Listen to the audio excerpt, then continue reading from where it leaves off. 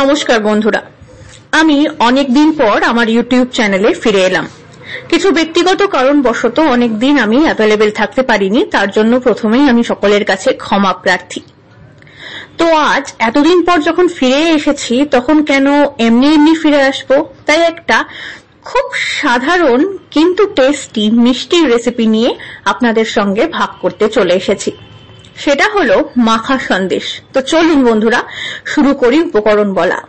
মাখা সন্দেশ বানাতে লাগবে লিকুইড দুধ 500 ml, গুঁড়ো দুধ 2 কাপ, চিনি 1 কাপ, ঘি 2 চামচ, এলাচ গুঁড়ো 1/4 চামচ, টক দই 4 চামচ, 2 কাপ জল। এবার পদ্ধতি: একটি কড়াইতে 2 চামচ ঘি দিয়ে ঘি গরম হলে তাতে 2 কাপ জল দিয়ে ভালো করে জল গরম করতে হবে। এবার গুঁড়ো দুধ যোগ করে ভালো করে মেশাতে হবে। একটু ফুটে উঠলে লিকুইড দুধ দিয়ে খুব ভালো করে নাড়াচাড়া করে যতক্ষণ মিশ্রণ ঘন হচ্ছে ততক্ষণ ফোটাতে হবে।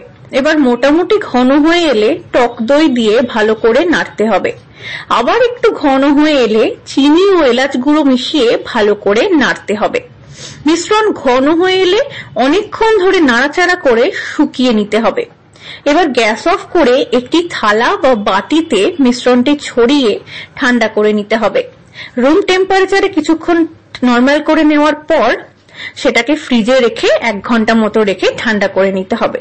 তো আমার এই রেসিপিটি কেমন লাগলো অবশ্যই কমেন্টে জানাতে ভুলবেন না, আর বাড়িতে অবশ্যই ট্রাই করবেন। ততক্ষণ ভালো থাকুন, সুস্থ থাকুন আর আমার সাপোর্ট করতে থাকুন। নমস্কার।